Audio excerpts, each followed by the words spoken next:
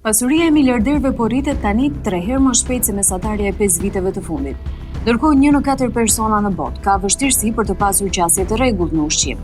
Sipas Oxfam, 12 njerëzit më të pasur në botë zotrojnë më shumë pasuri se gjysma e varfër e njerëzimit. Kritikët argumentojnë se ky përqendrim i pasurisë nuk është vetëm ekonomik, ai është gjithashtu politik.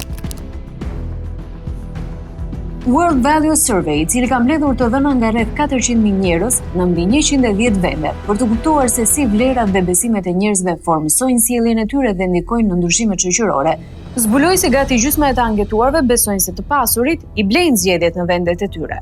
Në SBA, kërkimet akademike tregojnë se politikat që mbështeten nga interesat e të pasurve kanë shumë më shumë gjasa të bëhen ligj sesa ato që u kundërshtohen. Në vitin 2024, kompani të lidhura me 10 njerëzit më të pasur në botë shpenzuan $88 milion për lobim në SBA, më shumë se të gjitha sindikatat e bashkuara. Poses a risk for democracies. So we all tend to subscribe to the democratic principle, one person, one vote, but we see that wealth holders, and that can be either the persons or often companies that very wealthy people own, they spend a lot of money on lobbying, and lobbying then steers the direction of our political decision making away from what the voters would or the public would want. Oxfam vlerëson se miliarderët kanë të paktën 4.000 herë më shumë gjasa të mbajnë poste politike sesa qytetarët e zakonshëm. Analistët paralajmërojnë se kjo pabarazi po dobëson llogaridhënien demokratike. Oxfam raporton se 74% e pasurisë së miliarderëve në BE rrjedh nga trashëgimia, fuqia e monopolit ose lidhjet klienteliste. Sipas organizatës më fjalë, ndërsa kostoja e jetesës po rritet në të gjithë Europën, 1% dëshim më i pasur në 12 vende të BE-s nxorri $10 miliarda nga jugu global në vitin 2023. Me fjalë të tjera, kjo është si një formë moderne e kolonializmit ekonomik. Oxfam përdori termin kolonializëm digital për të përshkruar mënyrën se si korporatat sundojnë infrastrukturën dhe të dhënat digjitale globale. Një numër i vogël gjigantësh të teknologjisë kontrollojnë një pjesë të madhe të tregut global të motorëve të kërkimit, sistemeve mobile dhe reklamave online. Pronësia mediatike gjithashtu është shumë e përqendruar.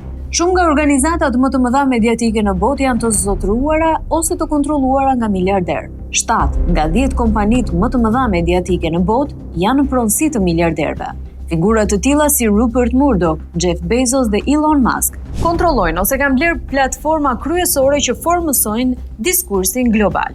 Oxfam vëren se pas blerjes së Twitterit nga Musk, studiues të pavarur regjistruan rritje të gjuhës së urrejtjes. Dhe me më shumë miliarderë që mbështesin Izraelit, zërat palestinez janë shënjestruar posaçërisht. Miliarderi i teknologjisë Larry Ellison, i cili së fundmi bleu TikTokun, ka mbështetur publikisht qëndrimet e qeverisë izraelite dhe ka organizuar aktivitete grumbullimi fondesh për figura politike pro-Izrael në SBA. The renewal of the Jewish state is something that I think touches all of us. For 2,000 years we were a stateless people. And now we have a country of our own, defended by all the brave men and women of the idea.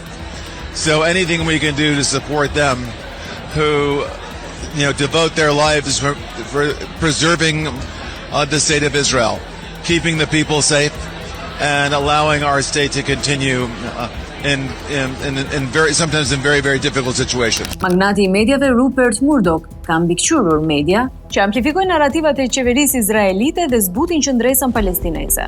Dhe miliarderi i Metas, Mark Zuckerberg, ka qenë nën kritika për pretendime se ka cenzuruar përmbajtje pro-palestineze në platformën e Metas. Kritikët argumentojnë se ekosistemet mediatike të mbështetura nga miliarderët po forcojnë narrativat që denigrojnë zërat palestinez dhe njëkohësisht forcojnë retorikën pro-Izrael dhe fuqinë e shtetit. Shpenzimet për mbrojtje rriten gjatë konflikteve dhe luftrave. Pas transferimit të armëve të lidhura me luftën në Ukrainë, Departamenti i Mbrojtjes i SBA-s dha kontrata me vlerë mbi $1 miliard për të rifurnizuar rezervat e tij. Kritikët argumentojnë se kontraktorët ushtarak përfitojnë financiarisht nga paqëndrueshmëria e zgjatur. Ata thonë se lufta gjenocidale e Izraelit ndaj Gazës së Palestinës ka nxitur në mënyrë të ngjashme rritjen e shpenzimeve ushtarake.